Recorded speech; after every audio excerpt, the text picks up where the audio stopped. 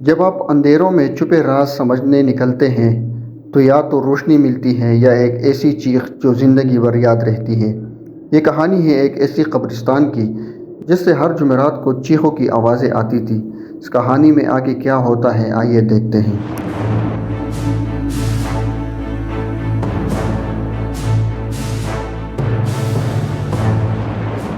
ایک پرانی بستی، ایک تنہا قبرستان اور ایک ایسی آواز جو ہر رات کسی کی روح کو پکارتی تھی۔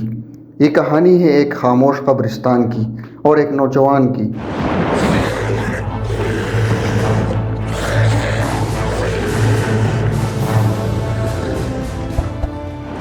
جو اس قبرستان کا راز جاننے کے لیے رات میں قبرستان چلا جاتا ہے۔ رات کے اندھیرے میں پرانی بستی کے قریب ایک چھوٹے سے قبرستان میں لوگوں نے کئی مرتبہ عجیب آوازوں کا شور سنا۔ لوگ کہتے تھے ہر جمعرات کسی قبر سے چیخ کی آواز آتی ہے، جیسے کوئی مدد مانگ رہا ہو، لیکن کوئی اتنا ہمت والا نہ تھا کہ اندھیرے میں قبرستان کا رخ کرے۔ ایک نوجوان جو دین کا طلبگار تھا اس راز کی تحقیقات کرنا چاہتا تھا۔ اس نے فیصلہ کیا کہ وہ جمعرات کو چپکے سے قبرستان جائے گا۔ رات کے 12 بجے جب سب سو چکے تھے تو اس نے قبرستان کا رخ کیا۔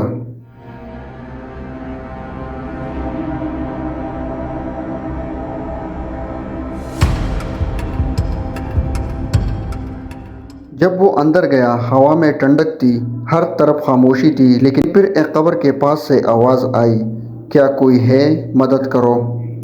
نوجوان نے جب یہ سنا تو وہ بہت ڈر گیا اور ادھر ادھر دیکھنے لگا۔ پھر اس نے دیکھا تو ایک پرانی قبر کی مٹی ہل رہی تھی، لیکن کوئی نہیں تھا۔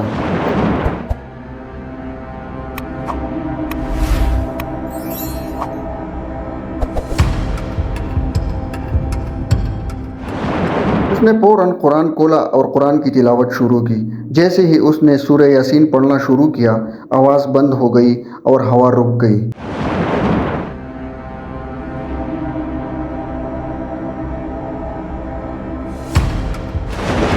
اور سب کچھ خاموش ہونے کے بعد نوجوان واپس چلا گیا۔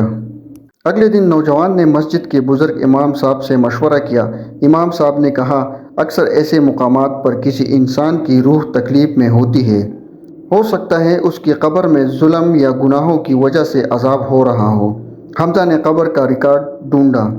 پتہ چلا کہ وہ شخص ایک سودخوری اور ظلم کرنے والا تھا۔ اس نے لوگوں کا حق مار کر مرنے سے پہلے توبہ بھی نہیں کی تھی۔ نوجوان نے پوری بستی کو اس قبر کے لیے قرآن خوانی کا کہا۔ اگلی جمعہ پوری بستی نے مل کر اس کے لیے دعا، صدقہ اور قرآن خوانی کی۔ اس رات پہلی بار آواز نہیں آئی، قبر پرسکون تھا۔ نوجوان نے سب کو ایک بات سمجھائی، انسان کا عمل اس کے مرنے کے بعد بھی اس کے ساتھ ہوتا ہے۔ جو ظلم کرتا ہے اس کی چیخیں کبھی نہ کبھی سنائی دیتی ہیں۔